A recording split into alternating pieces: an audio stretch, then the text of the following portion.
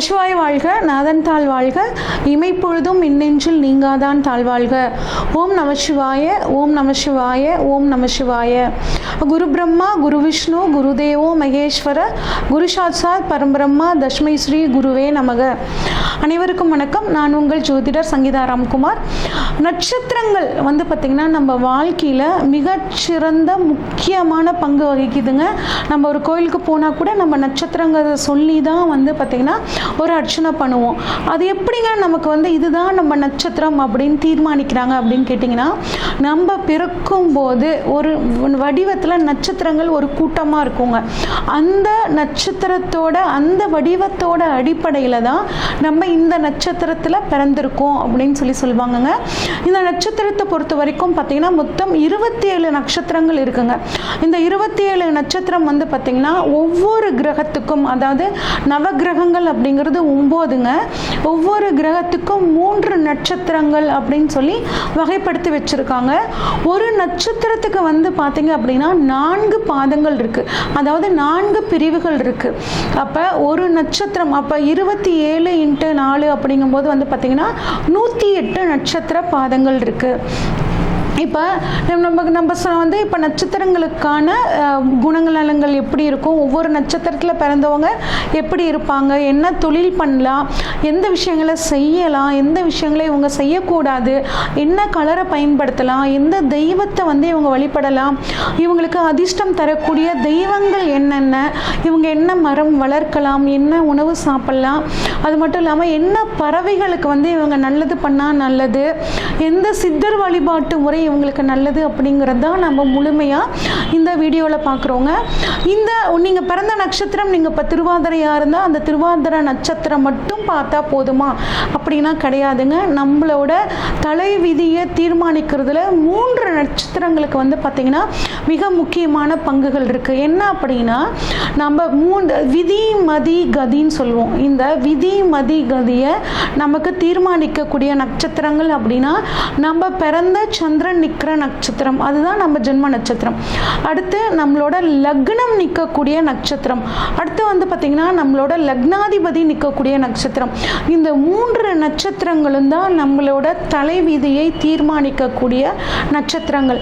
அப்போ உங்களோட ஜாதகத்தை எடுத்து இந்த 3 கிரகங்களும், அதாவது உங்கள் லக்னம் எங்கே நிற்குது, லக்னாதிபதி எங்கே நிற்குது, உங்கள் சந்திரன் எங்கே நிற்குது, இது 3ஐயும் தெரிஞ்சுக்கிட்டு அந்த நட்சத்திரக்குரிய வீடியோவை கேளுங்க, அதற்குரிய வழிபாட்டு முறைகளை ஃபாலோ பண்ணுங்கள், அதற்குரிய பரிகாரங்களை ஃபாலோ பண்ணும்போது உங்கள் வாழ்க்கை பார்த்திங்கன்னா ரொம்ப சிறப்பாக மாறுங்க.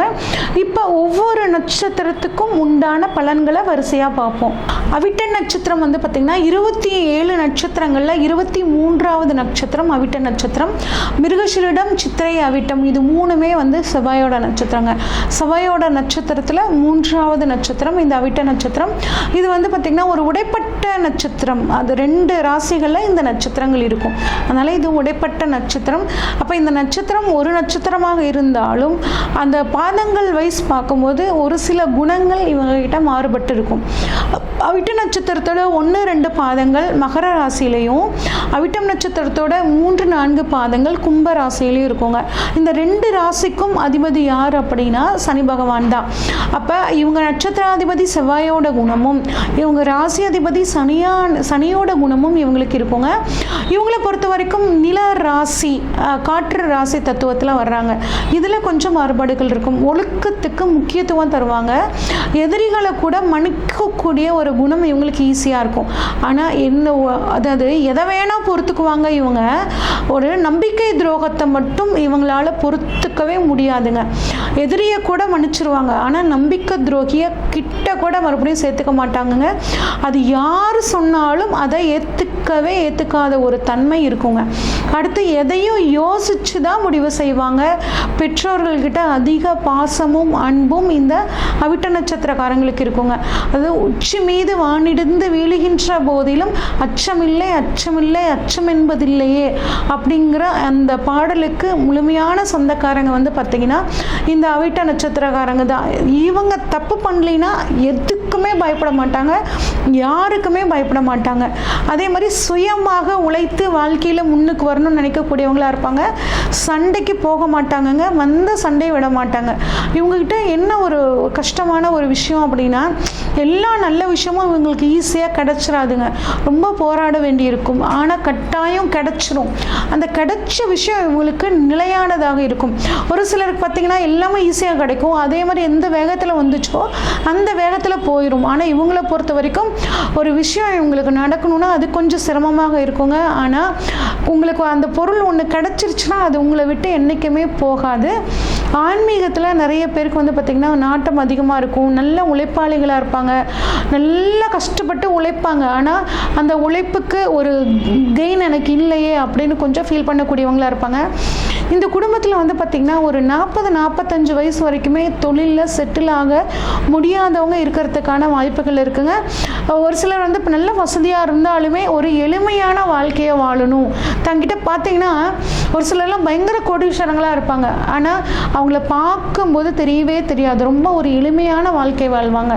அப்படி வசதி இருந்தும் எளிமையான வாழ்க்கை வாழக்கூடிய நட்சத்திரங்களில் இந்த அவிட்ட நட்சத்திரம் ஒன்றுங்க. நல்ல தன்னம்பிக்கை இருக்கும். வரக்கூடிய விருந்தினர்களை வந்து பார்த்திங்கன்னா நல்ல உபசரிக்கக்கூடிய தன்மை உங்களுக்கு இருக்கும். அரசாங்கத்தில் முக்கியமான பிரமுகர்கள்கிட்ட நல்ல ஒரு தொடர்பு இவங்களுக்கு இருக்குங்க. அதே மாதிரி உறவினர்களை தவறாக புரிஞ்சுக்கிட்டு அவங்கக்கிட்ட இருந்து கொஞ்சம் விலகி இருப்பாங்கங்க. உறவினர்கள்கிட்ட ஒரு சுமூக சூழ்நிலையை இந்த அவிட்டம் நட்சத்திரக்காரங்க வளர்த்துக்கிறது ரொம்பவே நல்லது. இந்த பெண்கள் எப்படி இருப்பாங்க அப்படின்னா, யாரையும் சார்ந்து வாழக்கூடாது, நம்மளோட உழைப்பினால் வாழணும்னு நினைக்கக்கூடிய பெண்கள் இந்த அவிட்ட நட்சத்திர பெண்கள்ங்க. அதுக்கு தகுந்த மாதிரி நல்லா படிக்கக்கூடிய தன்மை இருக்குங்க. பொய் பேசுகிறவங்கள பக்கத்தில் கூட வச்சுக்கவே மாட்டாங்க. இவங்களுக்கு பொய் பேசுகிறத கண்டா பிடிக்கவே பிடிக்காது. நிறைய பெண்கள் பணம் சம்பாதிக்கக்கூடிய ஒரு தன்மையில் இருப்பாங்கங்க. பொதுவாகவே இந்த அவிட்ட நட்சத்திரக்காரங்க ரொம்ப பொறுமைசாலிங்க. ஆனால் அந்த பொறுமையை மீறிட்டா இவங்களை வந்து கட்டுப்படுத்தவே முடியாது. இந்த ஒரு குணத்தை மட்டும் இவங்க கொஞ்சம் மாற்றிக்கணும். இவங்களுக்கு அடுத்தவங்க பண்ணுறது ஒரு விஷயம் தப்புனா உடனே சுட்டி காட்டிடுங்க. இல்லை பரவாயில்ல விட்டுறலாம்னு விட்டுட்டே போனீங்கன்னா ஒரு சமயத்தில் கோபம் அதிகமாகி பூகம்பம் வர்ற மாதிரி நீங்களும் வெடிச்சிருவீங்க. அதை உங்களை சுற்றி இருக்கவங்க தாங்க முடியாது. இந்த அவிட்ட நட்சத்திரத்தில் இருக்க குடும்பத்தில் வந்து பார்த்திங்கன்னா பூச நட்சத்திரக்காரங்க இருப்பாங்க. அது மட்டும் இல்லாமல் சுவாதி நட்சத்திரக்காரங்க இருக்கிறதுக்கான வாய்ப்புகள் இருக்குங்க. இந்த அவிட்ட நட்சத்திரத்தில் பிறந்தவங்க முதல் தசை அப்படின்னா இவங்க நட்சத்திராதிபதியான செவ்வாயோட தசை, இது 7 வருஷங்க. அடுத்து ராகுவோட தசை, இது வந்து 18 வருட காலங்கள். 3வது தசை குரு தசை 16 வருட காலங்கள். 4வது தசை சனி தசை 19 வருட காலங்கள். 5வது தசை புதன் தசை 17 வருடங்கள். 6வது கேது தசை 7 வருடங்கள். இந்த 6 தசை தீர்க்காயசாக இருக்கிறவங்க இந்த 6 தசைகளையும் அனுபவிக்கக்கூடிய ஒரு யோகம் அவங்களுக்கு இருக்குங்க.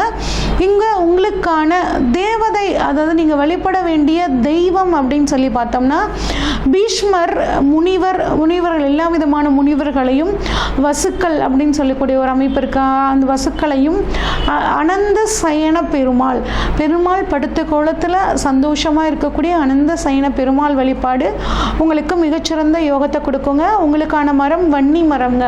வன்னி மரம் பெருசாக நம்ம வீட்டில் வச்சு வளர்த்த மாட்டோம். ஆனால் பாருங்கள், ஒரு சில கோவில்களில் இந்த வன்னி மரம் இருக்கும். அந்த வன்னி மரத்தை உங்களோட அவிட்டம் நட்சத்திர நாள் அன்னைக்கு வன்னி மரத்துக்கிட்ட தண்ணி ஊற்றிட்டு கொஞ்சம் நேரம் அமைதியாக இருந்துட்டு வர்றதும், அங்கே அவிட்டம், அதாவது இந்த வன்னி மரத்துக்கு கீழே பாருங்கள் நிறைய குட்டி குட்டி குச்சியாக இருக்கும்.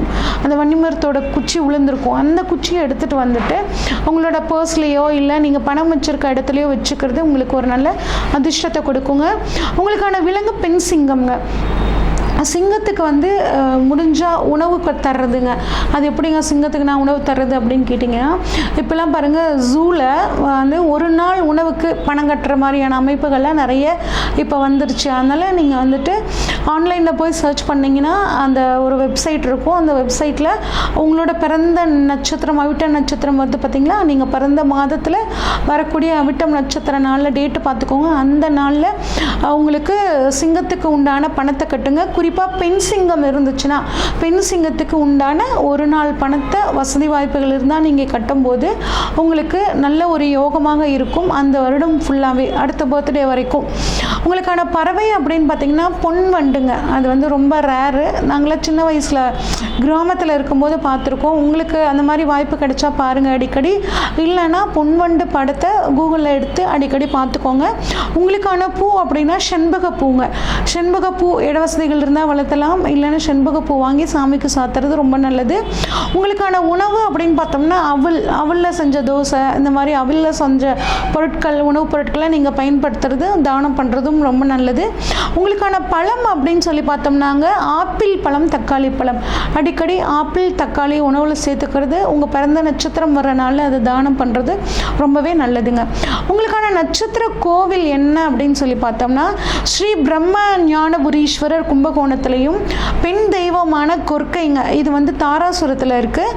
அடுத்து ஸ்ரீ புஷ்பவனேஸ்வரர் திருப்பூந்துருத்தி, திருவையாறில் இருக்கக்கூடிய திருப்பூந்துருத்தி ஸ்ரீ புஷ்பவனேஸ்வரர் அந்த கோவிலுங்க. இந்த 3 கோயிலும் உங்களோட நட்சத்திர கோவில். இது வந்து நீங்கள் அவிட்டம் நட்சத்திர நாளில் போயிட்டு வர்றது ரொம்பவே நல்லதுங்க.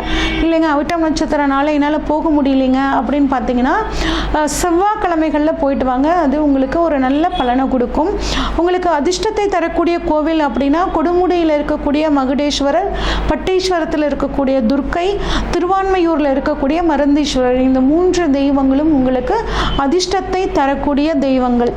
அது அவங்களுக்கு லக்கி கலர் அப்படின்னு சொல்லி பார்த்தோம்னாங்க சில்வர் கிரே கலரும் ப்ரௌனிஷ் கலர், அதாவது பிளாக்கிஷ் கிரீன் கலர் அப்படின்னு சொல்லுவோம். இந்த 2 கலரும் உங்களுக்கு அதிர்ஷ்டத்தை தரக்கூடியது. உங்களுக்கான நட்சத்திரம், ஆகாத நட்சத்திரம் அப்படின்னு பார்த்தோம்னா ஹஸ்தம் நட்சத்திரங்க. ஹஸ்தம் நட்சத்திரனால மிக முக்கியமான விஷயங்களை செய்யறதை தவிர்த்துக்கோங்க.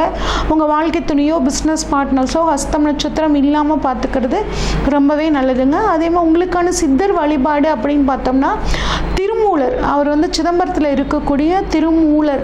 நீங்கள் வந்து போய் அங்கே உட்காந்து கொஞ்சம் நேரம் தியானம் பண்ணுறது உங்களுக்கு மன அமைதியை கொடுக்கும்.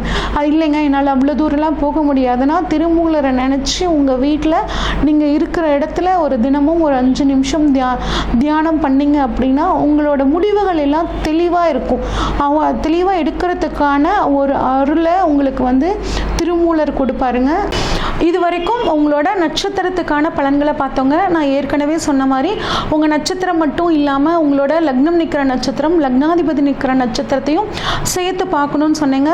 எனக்கு லக்னம் எங்கே நிற்குதுங்க, லக்னாதிபதி எங்கே நிற்குதுங்கலாம் சொல்ல தெரியலைங்க, பார்க்க தெரியலைங்க அப்படி நீங்கள் நினச்சிங்கன்னா உங்கள் ஜாதகத்தை இந்த ஸ்க்ரீனில் தெரிகிற வாட்ஸ்அப் நம்பருக்கு அனுப்பிச்சி வைங்க.